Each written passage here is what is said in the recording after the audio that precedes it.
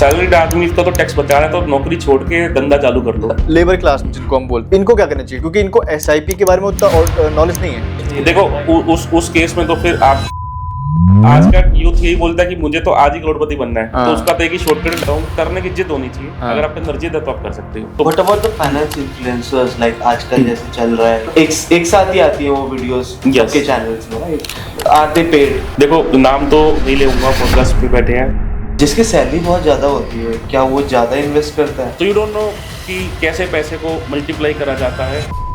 And we are paying a lot tax, लोग 18% tax, service tax दे रहे हैं। Tax कैसे बचाएं? आइडियली ये आपको स्कूल में ही सिखा देना चाहिए था कि आपको बिल्कुल ही नॉलेज नहीं है, मेरे को 15 साल बाद भैया 10 करोड़ रुपए चाहिए, तो कैसे मिलेंगे बताऊंगा। Hello everyone, welcome to the new episode of Wakast podcast.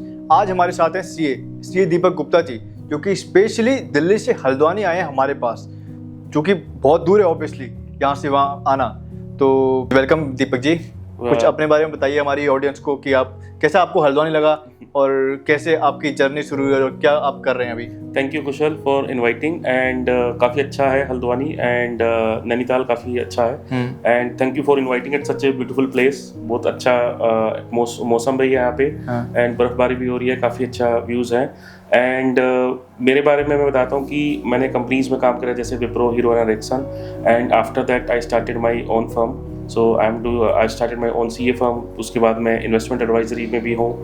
We have our own investment advisory company as well and I am the co-founder of one of the company Study Cafe as well. Okay. So these are the things which we are doing currently. आपने corporate में कितने साल काम किया है? Corporates में मैंने काम करा है अराउंड 7 years। मैंने कॉर्पोरेट 7 years के बाद what motivates you to start your own? देखो यार, एक्चुअली क्या मुझे शुरू से ही लगता था कि मुझे कुछ अपना करना है। I want to do it something for the people, कुछ बाकी लोगों के लिए कुछ करना चाहता था।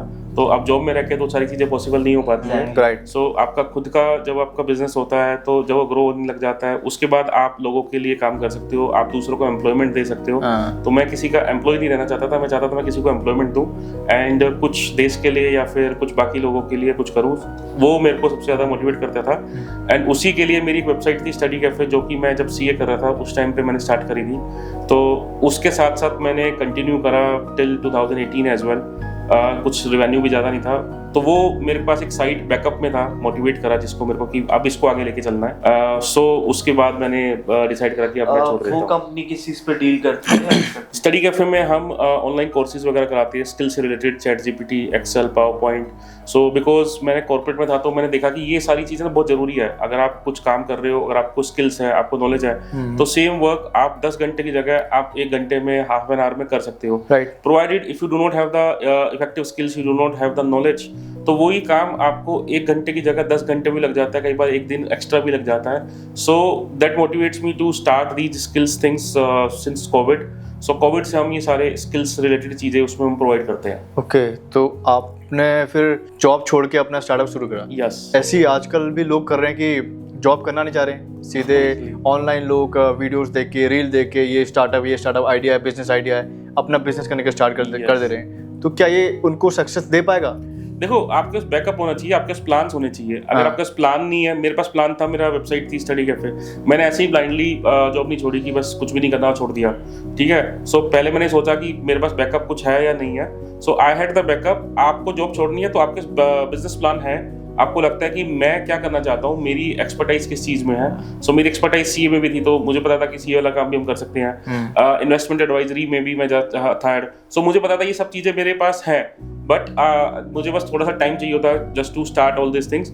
तो अगर आपके पास बैकअप है, आपके पास प्लान्स हैं, देन ऑब्वियसली आप कर सकते हो, आप एंटरप्रेन्योर बन सकते हो। ओके। अच्छा, CA क्रैक करने में कितना टाइम लगता है? देखो, CA क्रैक करने में टाइम लगता है। फाइनल में मेरे को 2-3 अटेम्प्ट लगे थे फाइनल का क्रैक करने में, बट इतना डिफिकल्ट नहीं है। अगर आप डेडिकेशन से करते हो, टाइम देते हो, अपना शेड्यूल्स बनाते हो, देन आप कर सकते हो क्रैक। तो जो इतनी हाइप होती है कि CA की पढ़ाई में इतने सालों से कर रहे हैं, ये सब चीज़ कर रहे हैं, तो क्या देखो होता है। पढ़ाई तो करनी पड़ती है, हाइप तो सही है क्योंकि जो लोग बोलते हैं ना कि मेहनत के साथ साथ लक भी चाहिए, लक से पास हो जाता है। हाँ। सीए में लक काम नहीं करता है, मतलब लक और मेहनत दोनों चाहिए। Okay. ऐसा नहीं है कि खाली लक हुआ और आप पूरे दिन कुछ भी नहीं पढ़े और सिलेबस में कुछ आ गया और कुछ भी नहीं लिख के आप ऐसा पास नहीं हो कि गए। जैसे हम लोग करते हैं जब हम कॉलेज में थे कि Yes. एक दिन पहले पढ़ के जाते थे और अगले दिन हम लोग वो सीए में नहीं चल सकता। हाँ, right. वो खाली ओपन में हो सकता है, जैसे बीकॉम में लोग करते हैं कि एक दिन पहले पढ़ लिया और चले गए। अरे दिन बट पे सीए में आपको क्या डेडिकेटली पढ़ना पड़ता है, you need to give the time, अपना शेड्यूल बनाना पड़ता है कि क्या पढ़ना है क्या नहीं पढ़ना, कैसे प्रिपरेशन करनी है।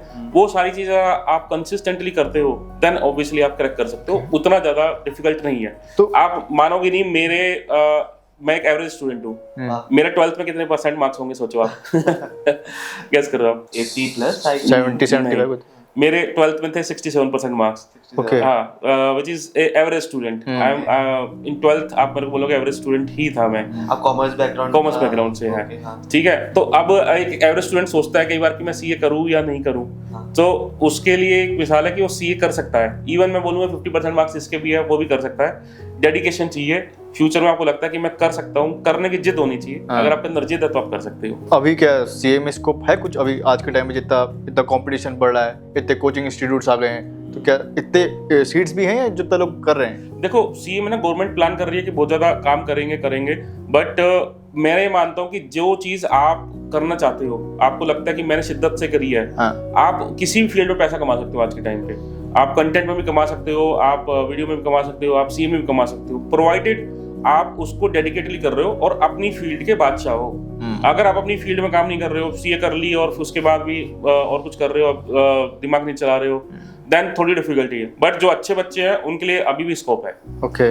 तो आजकल के जो हमारी एज के जो लोग हैं वो अपनी लायबिलिटीज बढ़ाने में लगे, ठीक है। आप देखोगे कि सब क्रेडिट कार्ड सबके पास है आज के टाइम पे। Yes. और क्रेडिट कार्ड पे लोग लोन लेके अपना सामान भी ले रहे हैं। जॉब में उनकी भले ही 30,000 सैलरी हो और ईएमआई जा रही है उनकी 20-25 हज़ार। तो ऐसे लोग क्या एक्चुअल में सरवाइव कर पाएंगे in future? And even assets की वैल्यू नहीं करते हैं वो लोग, लायबिलिटीज पे ही लगे हैं कि देखो डेट ट्रैप में फंसते जा रहे हैं ऐसे लोग। क्योंकि आप देखो पुराने लोग यही बोलते थे कि आप खर्चा कम करो, ठीक है, ज्यादा से ज्यादा पैसा जोड़ो। वो यही बोलते थे कि 2 जोड़ी कपड़ों में 2 जोड़ी जूतों में हमने अपनी जिंदगी निकाल दी, ठीक है। उसकी अहमियत आप समझोगे कि आज के टाइम का जो यूथ है उसको इतने ज्यादा तो वो चाहिए लाइफस्टाइल के लिए, जूते चाहिए, कपड़े चाहिए, घड़ियां चाहिए।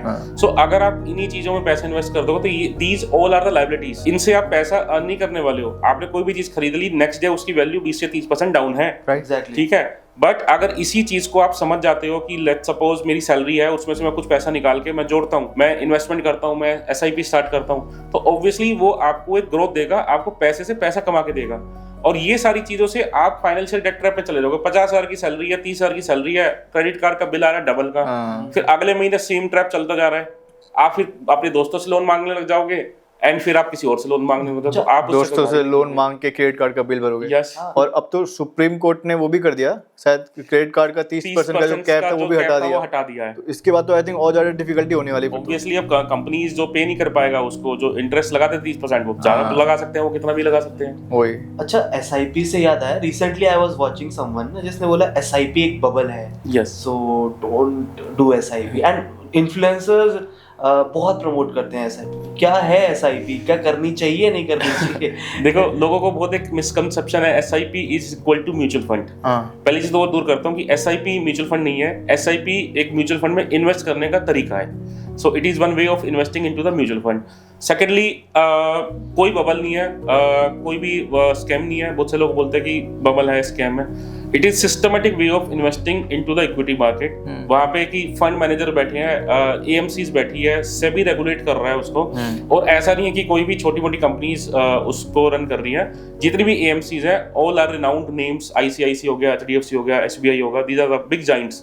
सो वहां पे कैसे स्कैम हो सकता है? सो आप जो भी पैसा कमा रहे हो, अगर आप मंथली, जैसे आप उस एसआईपी क्या है, तो एसआईपी आप मंथली, सपोज आपकी कोई भी सैलरी है XYZ 20,000, 30,000, 50,000, उसमें से आपने बोला कि हर मंथ मैं इतना इन्वेस्ट कर सकता हूँ। लेट्स सपोज 10,000 आप हर मंथ इन्वेस्ट कर सकते हो, तो ऑटोमेटिकली आपके अकाउंट से 10,000 रुपए कट जाते हैं और वो पैसा आपका इन्वेस्टमेंट में चला जाता है।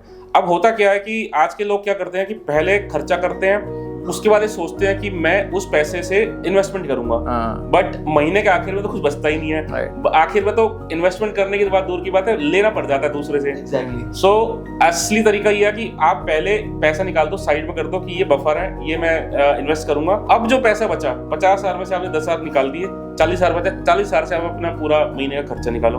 तो 10,000 हम जनरली क्या करते हैं कि सैलरी आती है सपोज 1 तारीख को या 7 को, तो 2 या 8 तारीख की SIP लगा देते हैं, जिससे जैसे ही सैलरी आई पैसा कट गया।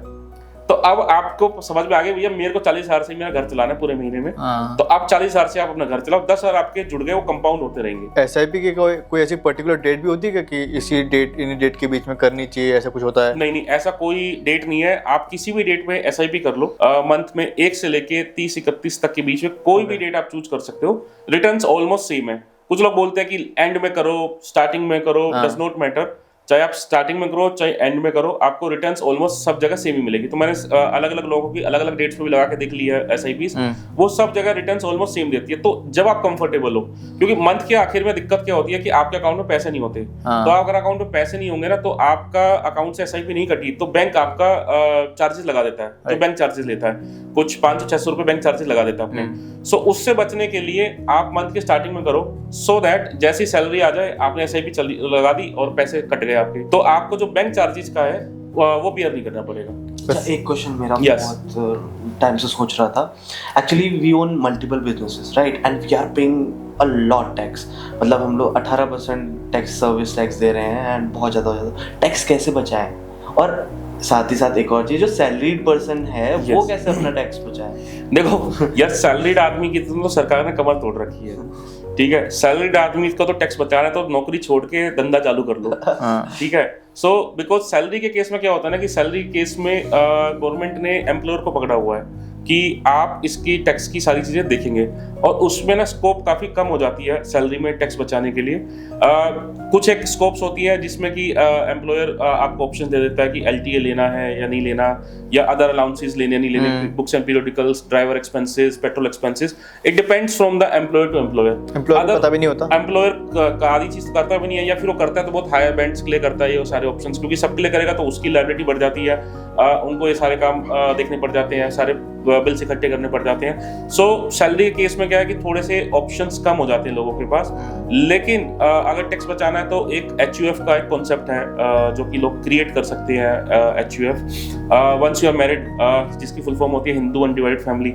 आपकी शादी हो गई, आपका बच्चा हो गया, after that you can create the HUF। आपके 2 पैन है, एक हस्बैंड का एक वाइफ का, उसके अलावा आपका एक एडिशनल पैन आ जाता है जो HUF का पैन होता है। उस HUF के पैन पे क्या टैक्स प्लानिंग हो सकता है कि आप अपनी इंटरेस्ट की इनकम वहां शिफ्ट कर लो, आप अपनी म्यूचुअल फंड्स की इनकम वहां शिफ्ट कर लो, आप अपनी ट्रेडिंग की इनकम वहां शिफ्ट कर लो। सो वहां से जो इनकम आएगी वो स्लैब तक की टैक्सेबल होगी, मींस 2.5-3 लाख तक वहां पे टैक्स एग्जेम्प्ट है, तो उतना आप टैक्स बचा सकते हो उस HUF को क्रिएट करके, तो उससे आपका टैक्स बच जाएगा। अदरवाइज 2.5-3 लाख पे आप दोगे 30% टैक्स, क्योंकि 30% के ब्रैकेट में आ रहे हो तो काफी ज्यादा पड़ जाएगा, 90,000 पड़ जाएगा अगर 3 लाख के ब्रैकेट में भी आप आ रहे हो। So this way you can create the HUF and save the taxes.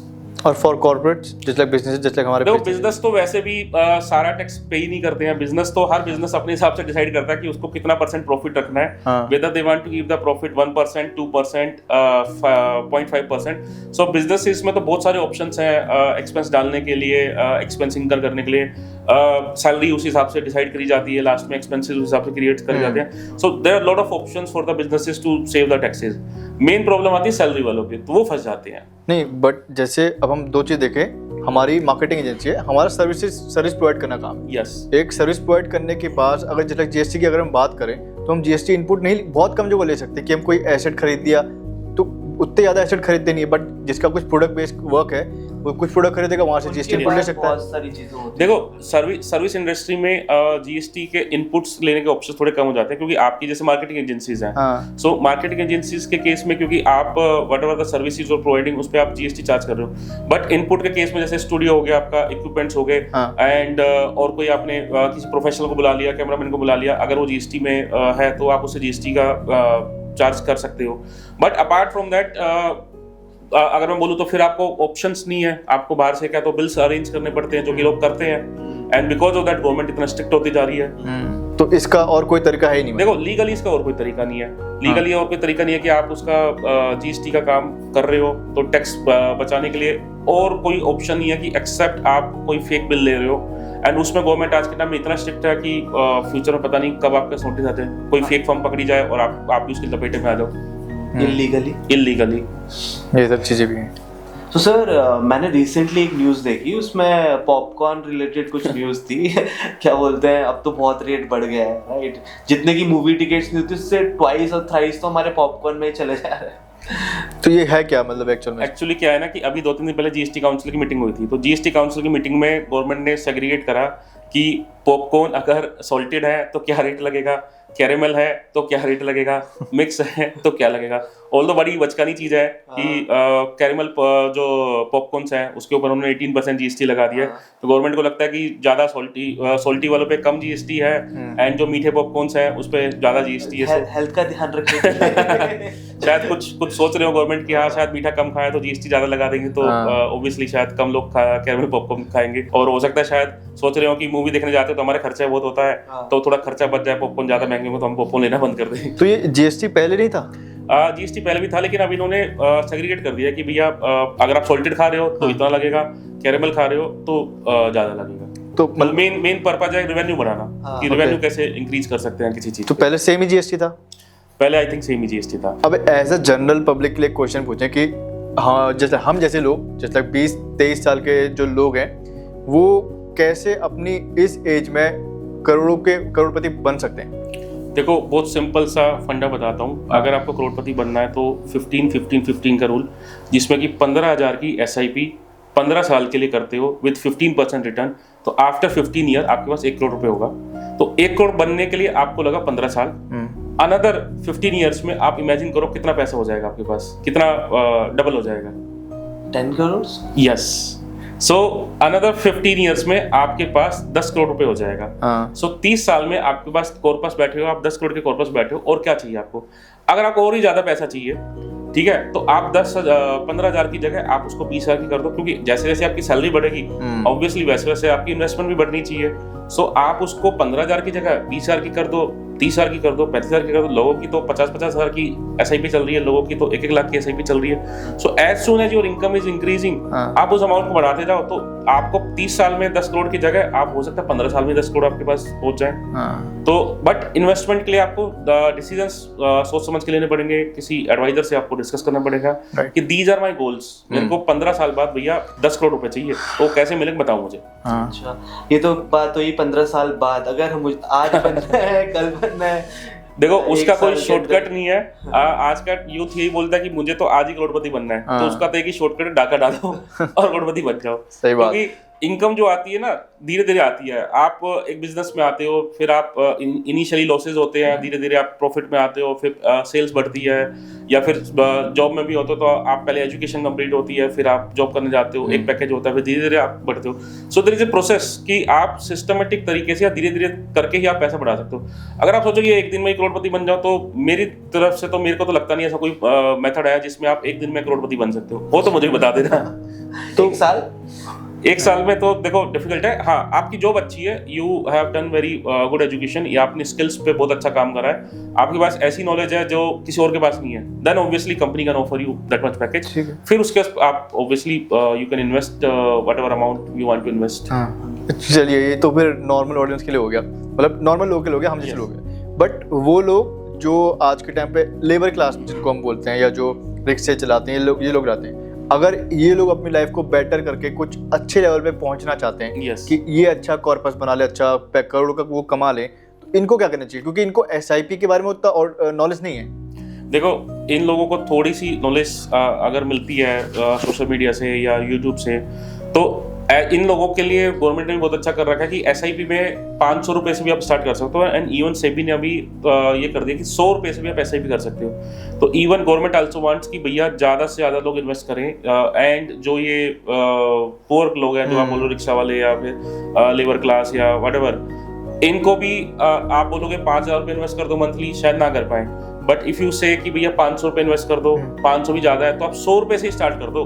अगर आपको 100 रुपए से स्टार्ट करने के बाद 1 साल बाद आप देखोगे वो 100 रुपए मैंने स्टार्ट कर लिए, 12 महीने के 1200 रुपए हो गए। अब वो 1200 रुपए अगर 2000 बन जाएंगे तो उसको भी लगेगा कि यार ठीक है 1200 रुपए 2000 हो गए, तो मैं अब अगले साल से थोड़ा ज्यादा पैसा डालता हूँ, तो मेरी इनकम ज्यादा बढ़ने लग जाएगी, मेरी जो पैसिव इनकम थोड़ी ज्यादा बढ़ने लग जाएगी। बट जिन लोगों को अगर हम कहें कि प्लेटफॉर्म के बारे में नहीं पता कि प्लेटफॉर्म कैसे चलाना है, एडवाइजर से बात कर सकते हैं। नहीं, अब वो फिर वो लेबर क्लास आदमी है, उनको इतनी नॉलेज ही नहीं है। इतना नॉलेज नहीं है। देखो उस केस में तो फिर आपकी एजुकेशन ही काम करती है कि आपको बिल्कुल ही नॉलेज नहीं है, तो क्या तो सोशल मीडिया से यूट्यूब पे वीडियोस देख के आप जा सकते हो, लेकिन थोड़ी बहुत नॉलेज आपको चाहिए। आप बैंक में भी जाते हो, बैंक में भी एफडी कराते हो, तो उसके लिए भी आपको इतनी नॉलेज चाहिए कि हाँ भैया एफडी कितने % पे करानी है, कितने टेन्योर की करानी है, या फिर बैंक में जाके आप पूछते हो बैंक वाले से, तो आप बैंक में जाके पूछ सकते हो कि भैया मेरे पास ये पैसा है, मेरे को उसकी एसआईपी करनी है। आप किसी एडवाइजर के पास नहीं जाते, तो कहीं पर भी आपका बैंक अकाउंट है, वहां पर भी जाके आप चालू करा सकते हो। बैंक से भी एसआईपी चलती है। यस वही चीज़ है। बाकी आजकल क्या चल रहा है पूरे इसमें इंटरनेट वर्ल्ड में कि सर आउट ऑफ इंडिया के क्रिएटर्स और इंडियन क्रिएटर्स भी, फाइनेंस के क्रिएटर जो भी हो गए, बोलते हैं कि पैसिव इनकम कमाओ, रात को सोओगे तब भी तुम्हारा पैसा बनेगा, ऐसा होगा, ये सब होगा। तो क्या ये तरीका सही है पैसिव इनकम को वो करने का? पहली चीज तो आपको फर्स्ट फोकस तो एक्टिव इनकम भी करना चाहिए, जो कि सब बोलते हैं, एंड पैसिव इनकम ऑब्वियसली आपको काम करना चाहिए क्योंकि पैसे से ही पैसा बनता है। तो आप जब नौकरी कर रहे हो, जॉब कर रहे हो, बिजनेस कर रहे हो, उससे तो आपका जो पैसा बन ही रहा है, बट उसके अलावा जो पैसा आपके बैंक में है, उस पैसे को आप डबल ट्रिपल कैसे कर सकते हो, उसका ऑप्शन यही है कि आप एक्टिव इनकम की जगह पैसिव इनकम में थोड़ा सा ध्यान दो। जैसे कि अगर आपका पैसा बैंक में बढ़ रहा है, सेविंग बैंक इंटरेस्ट 2 से 3% इंटरेस्ट देता है सेविंग बैंक, तो वो आपका पैसा खराब ही हो रहा है क्योंकि इन्फ्लेशन आज के टाइम पे 6 से 7% है। सो 7% की इन्फ्लेशन है, ग्रो हो रहा है पैसा 3% पे, क्या फायदा। एफडी में भी लगा देते हो तो भी 7% एफडी इंटरेस्ट देती है। अब उसमें से जो बंदा 30% ब्रैकेट में है वो 30% टैक्स कट जाता है उसका, तो 5% एफडी में दे रहा है, तो 5% का इनकम आ रही है, जा रहा है हमारा 7% इन्फ्लेशन के लिए। सो जो पैसा मैं आज 5,000 रुपए लगा रहा हूँ, अगले साल उसकी वैल्यू 5,000 नहीं है। सो जो चीज मेरे पास आज 100 रुपए में आ जाएगी, आज से 10 साल बाद वो चीज 100 रुपए में नहीं आएगी। पहले आप देखो 2 रुपए की भी, 10 रुपए की भी कितनी वैल्यू थी, बट आज के टाइम पे भिखारी भी आपसे 10 रुपए से कम नहीं मांगता है, उसको भी कम से कम 10 रुपए चाहिए। तो आप सोचो 10 रुपए की वैल्यू भी कितनी डाउन हो गई है, वो चीज है, ठीक है ना। तो आपको अपनी पैसिव इनकम पे काम करना चाहिए, उसको डबल ट्रिपल हम कैसे कर सके, for that you need to work on that. नहीं, बट ऑनलाइन वर्ल्ड में तो ऐसा चल रहा है कि पैसिव इनकम मतलब कुछ बिजनेस ऐसा कर लो, या यहाँ पर हाथ डालो, इधर पे वो करो, मतलब उनको ये इन्वेस्टिंग का तरीका नहीं बता रहे, ये बता रहे कि इस बिजनेस में ये करो, यहाँ पर ये करो, और रातों रात वो करोगे। देखो रातों रात अगर वो बिजनेस में करने से हो जाता है, बहुत सारे क्रिएटर्स आ गए हैं कि ये नया बिजनेस आ गया है, यूपी से खरीद के आप एक्सपोर्ट कर दो, पंजाब से खरीद के एक्सपोर्ट कर दो। इतना होता था, वो खुद ही क्यों नहीं कर लेते? सही बात है। मतलब इतना ही, अगर इतना फ्रूटफुल बिजनेस है तो आप एडवाइस कर रहे हो, then why don't you go and do the business. It is not that simple. Business करना इतना सिंपल नहीं है। बिजनेस में बहुत सारी चीजें लगती है। बिजनेस में आपको मैन पावर चाहिए, बिजनेस में आपको फंड चाहिए, बिजनेस में आपको स्पेस चाहिए। So all this things you need, तब आप बिजनेस कर पाते हो। इतना सिंपल नहीं है कि वीडियो बना दिया बिजनेस हो गया। वही चीज है ना, आजकल लोग फिर ऑनलाइन यही चल रहा है, सब एडवाइस करने वाले ज्यादा हो गए हैं, एडवाइस लेने वाले कम। एडवाइजर इतने आ गए हैं, सब बहुत सारे मैं देखता हूं बिजनेस एडवाइजर्स, जो बिजनेस कोच जो अपने आप को बोलते हैं। अरे भैया इतना ही सिंपल है तो आप जाके क्यों नहीं करते हो, और आप दिखाओ एग्जांपल के लिए, देखो मैंने करा है तो आप भी कर सकते हो, तब हम पीछे पीछे आ जाएंगे। लेकिन आप कहते हो कि भैया मखाने का बिजनेस, बहुत सारे वीडियोस आते हैं कि यूपी से मखाने आप बनवाओ, इंपोर्ट करो और यूएस में एक्सपोर्ट कर दो, बहुत अच्छा बिजनेस है, या और बहुत सारे बिजनेस बताते हो, then why you should not go there or do the business। India में एवरेज इन्फ्लेशन 6% है, ठीक है। तो लोग क्या सोचते हैं इंडिया में कि सबका इन्फ्लेशन 6% ही है, बट एक्चुअल में क्या है कि जो हेल्थ इन्फ्लेशन अलग है, एजुकेशन इन्फ्लेशन अलग है। तो ये लोगों को कैसे समझ में आएगा? जब तक आप उस इंडस्ट्री में नहीं हो, it is very difficult to understand कि हर इंडस्ट्री का इन्फ्लेशन अलग लेवल पे है, ठीक है। हेल्थ में आप देखोगे इंश्योरेंस के प्रीमियम्स बहुत बढ़ गए हैं पिछले 1 साल में, 1.5 साल में। दैट इज बिकॉज ऑफ, क्योंकि हेल्थ में इन्फ्लेशन बहुत ज़्यादा है। एजुकेशन में आप देखोगे, आप और मैं अगर हमने पढ़ाई करी होती, 12th तक की जो पढ़ाई करी है उसमें हमारा जितना पैसा लगा, उतने पैसे में आज के टाइम पे एक छोटे बच्चे की खाली नर्सरी क्लास हो पाती है, क्योंकि इतने ज्यादा एक्सपेंसिव हो चुकी है आजकल classrooms, educations. So we need to understand कि भैया कौन सी इंडस्ट्री में कितना ज्यादा इन्फ्लेशन है। तो हमें एक बार समझना पड़ेगा कि इन्फ्लेशन ज्यादा कहाँ पे है, कम कहाँ पे है, और इन्फ्लेशन के हिसाब से हमें हमारी इनकम को भी बढ़ाना पड़ेगा। हमें हमारी इनकम को भी उस लेवल पे लेके जाना पड़ेगा कि एटलीस्ट हम 10 से 15% का जो ओवरऑल इन्फ्लेशन चल रहा है बाकी चीज़ों का भी, उसको मेट कर सके और उस हिसाब से हमारी इनकम ग्रो हो सके, हमारा पैसा जो है, हमारी पूंजी डबल हो सके या ट्रिपल हो सके उससे किसके हिसाब से। राइट, बट है क्या कि अब जैसे सब लोग, हम लोग हैं, लेट्स से कहा कि जैसे आप है, आपका चिल्ड्रन होंगे, Yes. तो आप उनको पढ़ाते हैं, तो आज के टाइम पे जो आप उनकी फीस दे रहे हैं तो वो आज से 10 साल बाद तो और ज़्यादा होगी ना। Yes. तो आपके लिए जो इन्फ्लेशन, एजुकेशन इन्फ्लेशन है वो 10 से 12% चल रहा है, वही नॉर्मल परसेंट अगर 6% के अगेंस्ट में अपना इन्फ्लेशन का इन्वेस्ट करता है तो आपको तो 10-12 के अगेंस्ट में करना पड़ेगा ना। Yes. ताकि आप उस एजुकेशन इन्फ्लेशन को बीट कर पाओ। उसीलिए तो मैं बोलता हूँ ना कि आप अपना पैसा को सेविंग बैंक और फिक्स डिपॉजिट्स पे मत रखो, क्योंकि वहाँ पे आपका जो पैसा ग्रो हो रहा है वो 3 से 7% के बीच में हो रहा है। सेविंग में 3% होता है, वहाँ पे 7% होता है। एंड वही पैसे को अगर आप म्यूचुअल फंड में रखते हो जो कि सेफ है, वहाँ पे आपका 15% की ग्रोथ आपको आराम से मिल जाती है। तो एटलीस्ट आप इन्फ्लेशन को बीट कर सकते हो कि जो पैसा मेरे को 10,000 रुपये अगर मेरी एजुकेशन में एक महीने में आज लग रहा है, तो वो आने वाले 10 साल में वो पैसा कुछ अलग होगा। तो एटलीस्ट मैं उस इन्फ्लेशन के पार पे हूँ और 1-2% फालतू ही कमा रहा हूँ वहाँ पे मैं। सो इसलिए मैं बोलता हूँ कि SIP करो, म्यूचुअल फंड में इन्वेस्ट करो, क्योंकि वो सेफ भी है। क्योंकि इक्विटी मार्केट में अगर आप जाते हो तो इक्विटी मार्केट का आपको नहीं पता है कि आज स्टॉक नीचे जाएगा, ऊपर जाएगा, प्रोवाइडेड। दूसरी चीज, लोग फिर क्या इक्विटी में इन्वेस्ट करने का ना पूरे टाइम कंप्यूटर की स्क्रीन के सामने बैठे रहते हैं। 3 बजे तक आपका और कोई काम नहीं हो सकता। अगर आपने गलती से 1 लाख रुपए इन्वेस्ट कर दिए स्टॉक मार्केट में, तो 3 बजे तक आपका काम बस यही है कि मैं कंप्यूटर की स्क्रीन चेक करता रहूं, और 3 बजे का आप काम करते हो। उससे आपकी परफॉर्मेंस हैम्पर होती है, आपका काम हैम्पर होता है, एंड आप फिर काम करते हो एक्चुअली 3 बजे के बाद, एंड गलती से कोई उसमें चला जाता है ऑप्शंस में, फ्यूचर एंड ऑप्शंस में, फिर तो बात ही खत्म हो गई। पूरा दिन ही बंदा उसी में लगा रहता है। तो अलग ही चीज है। रिसेंटली मेरे एक फ्रेंड के साथ हुआ था, ही इन्वेस्टेड अ लॉट, सो चाय पीने गया था चाय से जब तक वापस आया, जितना बड़ा पोर्टफोलियो था सब खत्म, 17 सेंट्स बचे थे उसके क्योंकि एक्चुअली क्या है ना, फ्यूचर एंड ऑप्शंस में क्या कोई नहीं कमा पाया। 97% जो सेबी का डेटा है, अगर आप देखोगे रिसेंट में आया था, 97% लोगों ने नुकसान सहा है उसमें। मतलब ओनली 3% लोग हैं जिनको प्रॉफिट हुआ। अब वो 3% लोग भी किसी को 500 का हुआ, किसी को 1000 का हुआ, किसी को 1500 हुआ, किसी को 2000 का हुआ। तो बड़े बंदे जो है वो देखोगे तो 1% भी नहीं होंगे जो लाखों में या करोड़ों में कमा रहे हैं फ्यूचर एंड ऑप्शंस में। सो जब 99% दुनिया नुकसान कर रही है तो आप भी उसमें जा रहे हो भैया। ठीक है, लालच कि भैया मेरे को पैसा आज ही डबल करना है, मेरे को पैसा आज ही 2 लाख से 10 लाख कमाना है। सो वो चीज को लोगों को अवॉइड करनी चाहिए। एंड इन्फ्लेशन को मीट करने के लिए बेटर है कि सिस्टमेटिक तरीके से चलो, SIP में पैसा इन्वेस्ट करो। ट्रेडिंग में तो एक्चुअल पैसा ऑपरेटर्स ही कमाते हैं ऑब्वियसली। रिटेल का तो आज कुछ है नहीं वैसे भी। रिटेलर्स के लिए कुछ नहीं है। जो भी रिटेल पैसे लूज करता है, ऑपरेटर्स अपना बढ़ता है। तो एक पैसा खोएगा, दूसरा पैसा कमाएगा। हाँ, तो वो तो नियम है। सो आप एक जगह से दोगे, दूसरे जगह से इनकम होगी।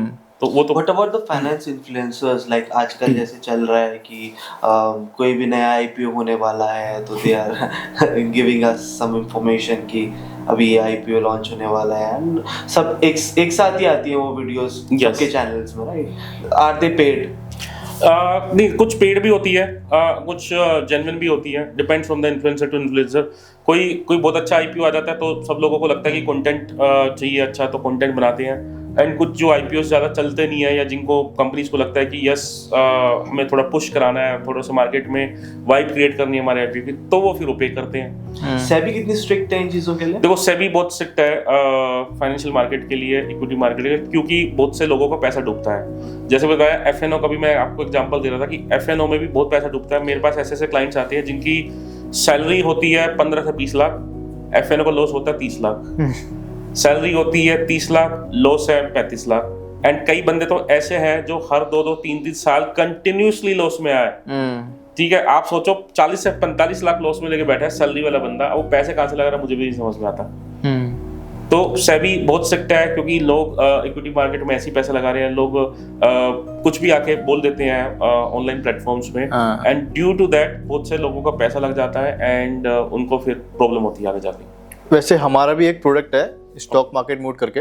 उसमें क्या है कि हम प्री मार्केट एनालिसिस देते हैं मार्केट खुलने से 8 बजे पहले। उसमें मार्केट मूड इंडेक्स से लेके क्या मार्केट की रिसेंट न्यूज है, किस कंपनी को फंडिंग मिली है, तो ये मार्केट 9 बजे से खुलने 9 बजे से पहले 8 बजे मिल जाता है। तो क्या ये सेबी के अंडर आता है कि सेबी इसमें कुछ कर सकता है? आप उसमें खाली इन्फॉर्मेशन दे रहे हो। आप ये नहीं बोल रहे हो कि भैया ये परचेज कर लो, ये सेल कर लो, या ये इतना उठेगा या गिरेगा। You are just giving the financial facts, you are giving the figures, numbers. Figures numbers देने में कोई दिक्कत नहीं है, लेकिन अगर आप ये बोलते हो कि आज 9 बजे ये भागेगा, 9 बजे ये गिरेगा, देन उसमें सेबी को दिक्कत है कि आपने बोल दिया कि ये 950 पे ये भाव पे खरीद लो, ये भाव पे बेच लो, देन ऑब्वियसली आपके पास अगर कोई डिग्री नहीं है, क्योंकि सेबी ने बोला था कि ऑब्वियसली कोई भी बंदा आके ऐसे सोशल मीडिया पर नहीं बोल सकता, you should have the degree और you should have the certification for that, then only आप सेबी रजिस्टर्ड जो बोलते हैं ना इन्फ्लुएंसर्स है, वो ही ये सब बोल सकते हैं। अदरवाइज बीच में मैंने देखा था सेबी ने 2-3 इन्फ्लुएंसर्स पे पेनल्टी भी लगाई थी, क्योंकि उनकी वजह से काफी लोगों का लाखों का नुकसान हो गया था। आई थिंक करोड़ों का हो गया था, नोट लाखों का, और उन लोगों के चैनल्स भी फिर सेबी ने बैन करा दिए थे। नहीं, हमारा जो प्रोडक्ट है इट्स ऑल अबाउट कि जितनी भी आप रिसर्च करते हैं सुबह उठते ही आप 9 बजे मार्केट ओपन होने वाली है, वो इजी हो जाए, वो सब कुछ आपको एक ही जगह पे हम लोग लाके दें। और ब्रेकआउट स्टॉक्स भी होने को, तो ब्रेकआउट स्टॉक से तो कुछ वैसा वो नहीं पड़ेगा। देखो वो एक बार सेबी से क्लैरिफिकेशन के लिए देखना पड़ेगा कि ब्रेकआउट स्टॉक्स में दिक्कत है या नहीं है। ओके, तो हम ट्रेडिंग इन सब की बात कर रहे हैं, तो ट्रेडिंग में इतने सारे इन्फ्लुएंसर्स आ गए हैं। अभी हमने पैसिव इनकम की बात करी, बोलते हैं ट्रेडिंग को एज अ पैसिव इनकम की तरह यूज करो। क्या ट्रेडिंग सच में पैसा बनाती है? सच में आप ट्रेडिंग में, जैसे मैंने पहले बताया था कि ट्रेडिंग से आप पैसा नहीं बना सकते हो, क्योंकि पैसा बनाने के लिए आपको मार्केट में बैठना रहेगा, वो आपका टाइम नहीं है। क्या तो आप जॉब कर लो या ट्रेडिंग कर लो, दोनों में से आप एक ही काम कर सकते हो। You can not be into the market for 24/7। ठीक है, जो ट्रेडर्स हैं, जो एक्चुअल में इन्फ्लुएंसर्स हैं, जो बाकी लोग हैं, वो 24/7 सिस्टम पे बैठे हैं। 3 बजे तक वो भाव ही देखते रहते हैं कि भाव बढ़ा घटा, कब बेचना है, कब खरीदना है, कब सौदा खरीदा, कब बेचा। सो आप अपनी स्किल्स पे, आप अपने मेन कोर पे फोकस करो कि आप आईटी इंजीनियर हो तो आईटी में जाओ, ठीक है, आप एचआर में हो तो आप एचआर की स्किल्स स्ट्रॉन्ग करो, एचआर के कोर्सेज करो, सो दैट आपको एक बेटर जॉब मिले, बेटर जॉब अपॉर्चुनिटी मिले। आज आप सपोज 50 लाख के पैकेज हो, ऐसी स्किल्स देखो, ऐसी अपॉर्चुनिटीज ढूंढो कि आप 50 लाख से सीधा 1 करोड़ के पैकेज पे पहुंच जाओ। तो अपनी स्किल्स पे काम करो, ट्रेडिंग को और म्यूचुअल फंड्स को पैसिव इनकम के लिए छोड़ दो, या आपने लगा दिया, लॉन्ग टर्म के डाल के भूल जाओ। पर अपना तो क्या बोलते हैं, ऐसे दिन भर बैठे रहते हैं, बट ऑडियंस को अपने बताते हैं कि एज अ पैसिव इनकम इसको लो, तो वो तो एक टाइप से गलत चीज हुई ना ऑब्वियसली। तो वो कि उनको एक तरह से झूठ बोलने की यहाँ से पैसा कमा सकते हैं। वही क्योंकि आजकल देखो ऑडियंस को भी समझने की जरूरत है कि कौन सही बोल रहा है, कौन गलत बोल रहा है, कौन खाली व्यूज के बेसिस पे कुछ बोल रहा है। So they need to identify and understand that which is good channels for them, which is bad channels for them. कौन ऐसा है जो इन्फॉर्मेशन और फैक्ट सही दे रहा है, कौन ऐसा है जो इन्फॉर्मेशन फैक्ट सही नहीं दे रहा है। Sir there are lots of traders ना जो कि अच्छे खासी इन्वेस्टमेंट करती हैं, एंड क्या नॉर्मल सैलरीड पर्सन को अपना फंड उनको देना चाहिए फॉर द ट्रेडिंग, एंड कौन सी इंडिया में जो कि वर्क करती है इस चीज़ पे? देखो नाम तो नहीं लेऊंगा, पॉडकास्ट पे बैठे हैं बहुत सारे लोग हैं जो काम करते हैं। पहली चीज़ तो सैलरीड पर्सन को समझना चाहिए कि जहाँ पे वो पैसा लगा रहे हैं वो जेन्युइन है या नहीं है, फेक है या नहीं है, तभी वो पैसा किसी को दे। क्योंकि पास्ट में मैंने देखा कि बहुत सारे लोगों ने पैसा किसी के कहने पे लगा दिया, किसी को पैसा दे दिया कि आप इन्वेस्ट कर दो, एंड वो सर्टिफाइड नहीं थे, एंड उन लोगों ने जो पैसा लगाया उससे सैलरीड पर्सन को काफ़ी ज़्यादा नुकसान हो गया। So if you are giving your money to someone else, तो आपको देखना पड़ेगा कि कितनी सिक्योर है, कितनी सेफ है मनी सामने वाले को देने में। पता चले हम 50 लाख को 1 करोड़ रुपए करने चले गए थे, वो 50 लाख ही जीरो हो गया। सही बात है ना? तो इतना भी लालच मत करो, करना है तो तरीके से करो, किसी एडवाइजर के पास जाओ, किसी ऐसे सर्टिफाइड पर्सन के पास जाओ जो जेन्युइनली वो काम करता हो। और जो बोलते हैं slow and steady wins the race, कछुए की चाल चलोगे, धीरे धीरे चलोगे, 15 से 20% रिटर्न लोगे साल में, ठीक रहेगा। लेकिन जहां आप सोचोगे 100% रिटर्न चाहिए, या किसी ने बोल दिया कि मेरी तो 100% रिटर्न आ रही है जी, आ जाओ मेरे पास, जहाँ आप डूब जाओगे। हाँ, इसीलिए तो आज इंडिया में इतने पॉन्जी स्कीम निकलती हैं। लोग कोई बोलता है इसमें मैं तुम्हें इतना रिटर्न दूंगा, आखिर में पता चलता है इतना बड़ा 1000 करोड़ का स्कैम निकल के आ गया। तो ये चीज लोगों को वही एजुकेट नहीं है ना, जैसे आपने बोला सिक्योरिटी सबसे पहले देखिए, लिटरेसी नहीं है। लोगों को ये नहीं पता कि कहाँ पैसा देना है, कहाँ नहीं देना, किसको देना है, किसको नहीं देना। जब तक ये लिटरेसी नहीं आएगी तब तक आप कुछ नहीं कर सकते हो। राइट सर, जिसकी सैलरी बहुत ज़्यादा होती है क्या वो ज़्यादा इन्वेस्ट करता है? फॉर एग्जांपल आप काफ़ी सारे पोर्टफोलियो संभालते हैं, राइट? सो किसी की सैलरी का 1 CR 2 CR है तो वो तो 50-50 लाख इन्वेस्ट कर देते होंगे। देखो मैं बोलता हूँ कि जिसकी सैलरी कम है ना वो ज़्यादा इन्वेस्ट करता है। जैसे जैसे जिसकी सैलरी ज़्यादा बढ़ती है उसकी इन्वेस्टमेंट कम होती है, क्योंकि उनकी लायबिलिटीज बहुत ज़्यादा बढ़ जाती है। लोगों में फाइनेंशियल लिटरेसी नहीं है। अब मेरा एक क्लाइंट है जिसका पैकेज है 1 करोड़ रुपीज़, राइट? उसके पास 10,000 रुपए नहीं है इन्वेस्ट करने के लिए। व्हेन यू आस्क 10,000 रुपीज, तो उसके पास BMW मर्सिडीज गाड़ी ले रखी है, लेविश घर में रहता है, राइट? आधे टाइम कहीं और रहता है, आधे टाइम 2 घर ले रखे हैं। Secondly travel, unnecessary travels, unnecessary tours, unnecessary जो लग्जरी आइटम्स हैं। सो अब मैं कई बार सोचता हूँ अगर खुदा न खास्ता उसकी नौकरी चली गई तो वो 1 करोड़ तो मतलब कैसे वो बियर कर पाएगा, मतलब कैसे वो EMI पे कर पाएगा गाड़ी की, घर की और सब चीज की, जिस बंदे के पास 10,000 रुपए नहीं है इन्वेस्ट करने के लिए, इन्वेस्टमेंट के लिए। सो जैसे जैसे लोग का पैकेज बढ़ता है वैसे वैसे उनकी ना लग्जरी आइटम्स, उनके जो रहन सहन वो सब चेंज हो जाता है। So you need to identify that thing कि भैया मेरे पैसे बढ़ रहे हैं, ठीक है, बट उसके साथ साथ मेरा जो अमाउंट ऑफ सेविंग भी बढ़नी चाहिए। आपकी लग्जरी लाइफ है, ठीक है, लग्जरी लाइफ को उतना ही लग्जरी रखो जितना कि आपके पास पैसा है। अननेसेसरी उसको डेट ट्रैप मत लेके जाओ कि भैया पूरा ही पैसे को आपने लविश जिंदगी में जीने में लगा दिया और एक दिन वो पैसा आना बंद हो गया तो फिर आप कहोगे कि भैया अब मैं क्या करूं। सही बात है, सब कुछ बेचना ही पड़ जाएगा। तो जैसे हम देखते हैं लोगों के पोर्टफोलियोज होते हैं, स्टॉक पोर्टफोलियो हो गए, म्यूचुअल फंड पोर्टफोलियो हो गए, उनको प्लेज करके क्या लोन लेते हैं लोग? देखो मैं बताता हूँ, लोगों के ना पोर्टफोलियोज होते हैं एंड कई बार क्या इमरजेंसी लोन्स की, इमरजेंसी फंड्स की जरूरत पड़ती है। हाँ। आपको पैसा चाहिए 2-3 महीने के लिए, तो लोग क्या गलतियां करते हैं कि लोग उस पोर्टफोलियो को सेल कर देते हैं और उसको सेल करके जो पैसा आता है उससे अपनी 2-3 महीने की रिक्वायरमेंट्स को फुलफिल कर लेते हैं। बट वो करना नहीं चाहिए। उसको करने से 2-3 नुकसान होते हैं। पहला नुकसान तो ये है कि आपको टैक्स लग जाता है, ठीक है, क्योंकि आपने सेल कर दिया फिर 2 महीने बाद दोबारा परचेज कर रहे हो तो जब आप सेल करोगे तो कैपिटल गेन टैक्स लग जाएगा। सेकेंडली जब आप म्यूचुअल फंड सेल करते हो तो आपको 1% का एग्जिट लोड देना पड़ जाता है। उससे अच्छा है कि बहुत सारे आजकल प्लेटफॉर्म्स एप्स ऐसी आ गई है जो कि आपको प्लेज कर देती है शेयर्स के बदले में पैसा ले देती है। सो आपको लोन मिल जाता है अगेंस्ट योर पोर्टफोलियो, शेयर्स हो गया, म्यूचुअल फंड हो गया। तो आपको जब म्यूचुअल फंड के अगेंस्ट लोन मिल जाएगा 2 महीने के लिए, आपकी जो रिक्वायरमेंट है वो फुलफिल हो गई। आपको पैसा कहीं से आना था वो पैसा आ गया। बिजनेस में कई बार ऐसा होता है कि पैसा कई बार आने में टाइम लग जाता है, तो 2 महीना तो पैसा आ गया तो आप उसको प्लेजिंग को खत्म करा लो। आप उनको बोल दो कि भैया ये लो आपके पैसे, 2 महीने के लिए मेरे को जरूरत थी मैंने ले लिए। अब उसमें क्या, एक तो रेट ऑफ इंटरेस्ट भी कम लगता है क्योंकि आपने प्लेज करा हुआ है, क्योंकि आपने सिक्योरिटीज में कुछ रखा हुआ है। अदरवाइज मार्केट में आपको 15 से 16% का रेट ऑफ इंटरेस्ट मिलता है, यहाँ पे आपको 9% के आसपास इंटरेस्ट मिल जाएगा। तो आपको अपना पोर्टफोलियो को सेल नहीं करना है, आपको प्लेजिंग के ऑप्शंस में जाना है। बहुत सारे ऑप्शंस अवेलेबल है। प्लेज करके आप अगर काम करते हो देन आपका जो पोर्टफोलियो है वो ग्रो होता रहेगा, उसमें बीच में स्टॉपेज नहीं लगेगा। सपोज आपने पोर्टफोलियो सेल कर दिया, आज के टाइम पे मार्केट था कुछ एक्स अमाउंट पे, अब 2 महीने बाद वो मार्केट काफी ऊपर बढ़ गया, तो जो आपने सेल करा जितनी यूनिट्स अब आप परचेज करो तो सेम यूनिट्स थोड़ी मिलेगी आपको, नहीं मिलेंगे। आपकी यूनिट्स चेंज हो जाएगी, आपकी यूनिट्स कम मिलेगी, तो आपका तो पोर्टफोलियो को नुकसान हो गया ना। एंड सेम चीज आप प्लेजिंग करके करते तो कोई नुकसान नहीं होता आपको। तो इसमें सिविल स्कोर की कोई रिक्वायरमेंट होती है? नहीं, सिविल स्कोर की भी रिक्वायरमेंट नहीं होगी, क्योंकि आप सिविल स्कोर वहां चाहिए होता है मेनली जहां पे आपके पास आप कुछ गिरवी नहीं रख रहे हो, मींस प्लेज नहीं कर रहे हो। If you are pledging then obviously आपको इतना सिविल स्ट्रॉन्ग नहीं चाहिए होगा जितना कि आपको विदाउट प्लेजिंग भी चाहिए। जो हम बोलते हैं ना अनसिक्योर्ड लोन, अनसिक्योर्ड लोन में सिविल स्कोर ज्यादा चाहिए होता है, क्योंकि वो देखना चाहता है कि भैया फाइनेंशियल टेंडेंसी कितनी है। ऐसा तो नहीं है कि कोई बंदा ऑफेंडर है, ठीक है, तो उस केस में सिविल स्कोर ज्यादा चाहिए होता है। यहाँ पे सिंस आप ऑलरेडी प्लेजिंग कर रहे हो तो आपको 50% के आसपास शायद इक्विटी में आपको पोर्टफोलियो जितना पोर्टफोलियो उसका 50% के आसपास आपको लोन मिल जाता है। तो क्या बोलते हैं, जो ये तो एक टाइप से वो ऐसा नहीं होगा कि जैसे कि पोर्टफोलियो को प्लेज करना कि जैसे अंबानी, अडानी, ये बड़े बड़े जो बिलियनर्स हैं, ये लोग भी तो अपनी कंपनी के शेयर को प्लेज करके बैंक से बड़े बड़े लोन लेते हैं, तो ये सेम है क्या? ऑब्वियसली वो बिजनेस के लिए लेते हैं, आप एज ए इंडिविजुअल ले रहे हो या फिर आप as a businessman, then also आप अपने शेयर्स को प्लेज करके, क्योंकि बिजनेस में जैसे बनता है कि रिक्वायरमेंट्स होती है, बहुत सारे इंपोर्टर्स होते हैं, उनका जो कंटेनर आता है वो साल में 10 बार आता है। हाँ। तो जिस मंथ में कंटेनर आता है इनिशियली उस टाइम पे उनको फंड्स की थोड़ी ज्यादा जरूरत पड़ती है।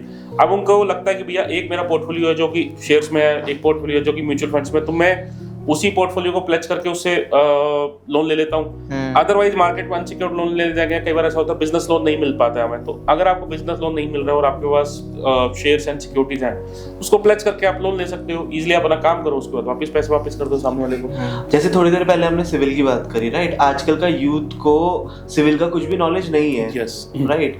एंड अगर वो कभी लोन लेने जाते भी हैं अगर, तो सिविल कम होने की वजह से उनको लोन भी नहीं मिलता। सो एक्चुअली क्या है ना, आजकल के यूथ को बहुत ज्यादा कोई नॉलेज नहीं है। मैं किसी भी इंडस्ट्री में किसी भी फील्ड में देखता हूँ तो यूथ क्या शॉर्टकट तरीके पे आ गया, जो रील वाली लाइफ में यूथ आ गया है, ठीक है। शॉर्ट फॉर्म ऑफ वीडियोस जो हमारे यूथ है ना वो खाली वही देखना पसंद करते हैं।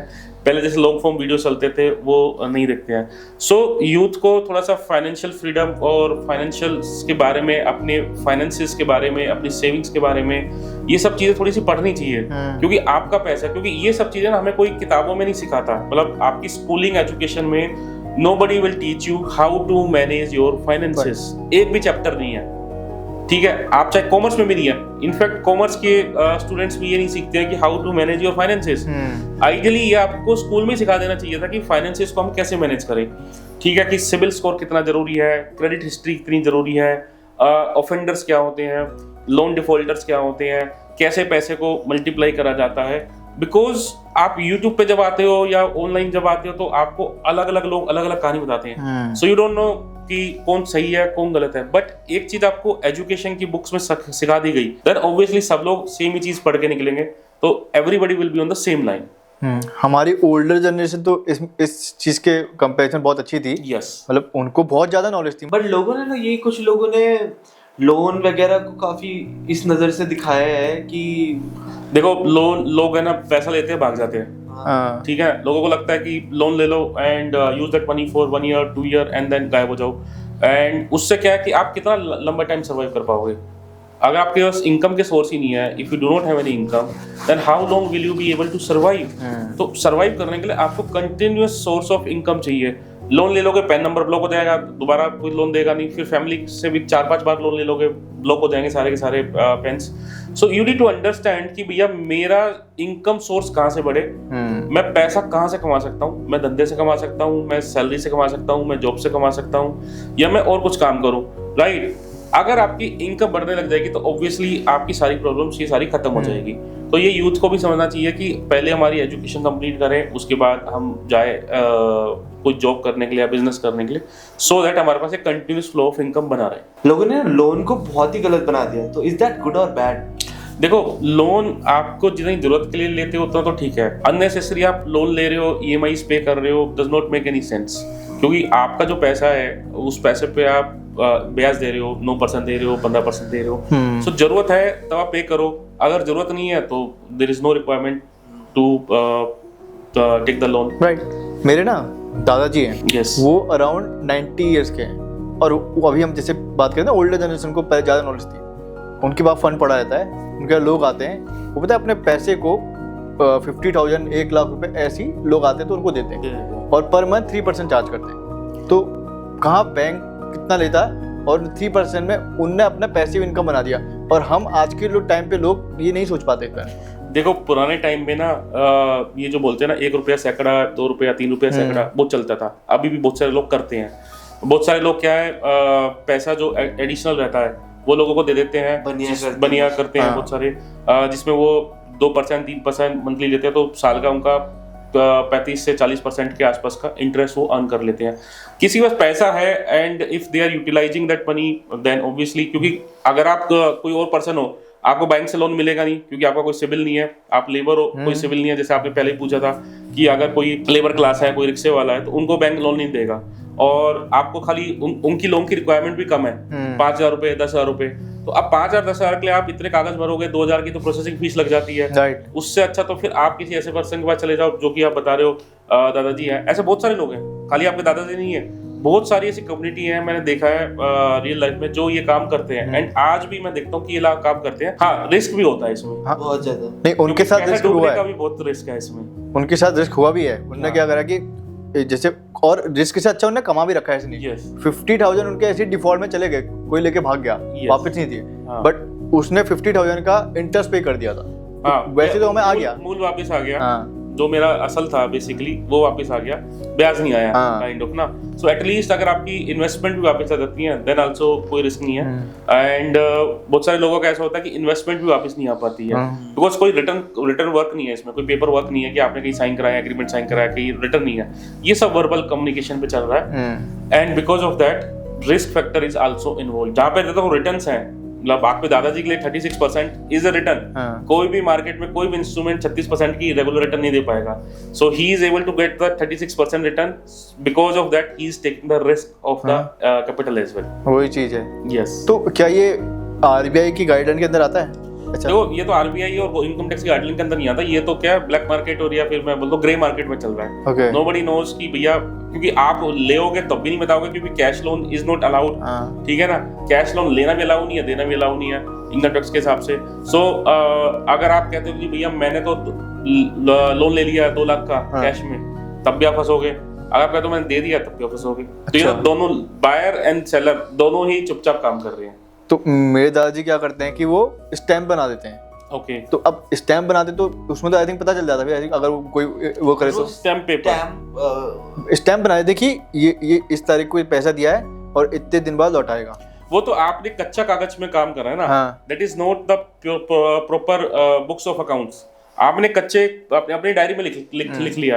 अब अपनी डायरी में आपने लिख लिया कि राम आपसे 50,000 रुपए लेके गया है, हाँ। या आपके दादा से 50,000 रुपए लेके गया। अब राम नहीं देता है, या राम डिफॉल्ट कर देता है, या फिर राम चला जाता है गांव छोड़ के, तो आपके दादाजी क्या कर सकते हैं? नहीं, कुछ नहीं कर सकते। कुछ नहीं कर सकते। हल्द्वानी से राम चला गया, दिल्ली आ गया, आपके दादाजी को पता भी नहीं चलेगा। हाँ, स्टैम्प की कोई वैल्यू, स्टैम्प की कोई वैल्यू नहीं है। पैन कार्ड आपके पास है नहीं उसका कि आप उसका सिविल में रिपोर्ट कर दो। आप उसकी कहीं रिपोर्टिंग नहीं कर सकते। आप पुलिस स्टेशन भी नहीं जा सकते हो कि पुलिस स्टेशन में जाके आप रिपोर्ट कर दो। अच्छा, नहीं जा सकते? खुद नहीं फंस जाएंगे ना, क्योंकि आपको कोई कैश लोन कैसे दिया आपने? आपके पास इनकम कहाँ से आ रही है? आपके दादाजी को अपने इनकम के सोर्स बताने पड़ जाएंगे सारे। तो कुछ लोग तो ऐसे भी होते हैं जो बैंक से लोन ले लिया या कहीं और से लोन ले लिया, उस पैसे को फिर इन्वेस्ट कर देते हैं। तो ये क्या सही होता है? ऐसे लोग भैया, इन्वेस्ट करने के लिए लोन के पैसे को इन्वेस्ट मत करो। हाँ। क्योंकि लोन आप लोगे 14-15% पे, और खुदा ना खास्ता आपको उतनी रिटर्न्स नहीं मिली। मतलब आप क्या तो 20% की रिटर्न निकाल रहे हो, तब तो आप 15% पे लोन लेके इन्वेस्ट कर दो, क्योंकि वो अनसिक्योर्ड लोन है। ठीक है, अगर आप 15% पे लेके आपको रिटर्न्स निकल पा रही है 10% की, 12% की, तो आप 3 से 4% को एक्स्ट्रा ब्याज पे कर रहे हो, 3 से 4% को एक्स्ट्रा इंटरेस्ट पे कर रहे हो। सो बहुत सारे लोगों को लगता है कि हम लोन ले लेते हैं 1 करोड़ रुपए का, या फिर हम 50 लाख का लोन ले लेते हैं और उस लोन के पैसे को हम स्टॉक मार्केट में या म्यूचुअल फंड्स में कहीं इन्वेस्ट कर देते हैं। सो वो मत करो। अपनी इन्वेस्टमेंट पे जो भी है आपके पास, जो आपकी जेब में जो है, उस पैसे को इन्वेस्ट करो, क्योंकि उसमें कोई नुकसान नहीं होगा। इसमें तो क्या आपको बल्कि देना पड़ जाएगा सामने वाले को, अगर रिटर्न्स नहीं आ पाई तो। And thank you so much sir, आप इतनी दूर आए Haldwani. Welcome welcome welcome, thank you for inviting. It was amazing, काफी अच्छा लगा आप लोगों से बात करके, आप लोगों से फाइनेंस के बारे में डिस्कस करके। सो आई होप यूथ को भी ये अच्छे लगेंगे and they will like the podcast. I hope कि आपको पॉडकास्ट अच्छा लगा होगा। हमारे जो गेस्ट थे सीए दीपक गुप्ता जी, दिल्ली से यहाँ हल्द्वानी आए थे पॉडकास्ट के लिए, तो उनके लिए एक लाइक तो आप जरूर कर देना। और अगर आपको सच में अच्छा लगा है तो आपको क्या अच्छा लगा, क्या बुरा लगा, वो चीज़ भी आप कमेंट में बता सकते हो। और लाइक टारगेट रखते हैं 500 लाइक्स का। अगर 500 लाइक्स होते हैं तो सीए दीपक गुप्ता जी को हम दोबारा से लेके आएंगे इस पॉडकास्ट में। तो पॉडकास्ट सच में अच्छा लगा है तो उसको लाइक जरूर करना, कॉमेंट करना और शेयर करना अपने फ्रेंड के साथ जो ऐसी फाइनेंशियल स्ट्रगल्स में जूझ रहे हैं।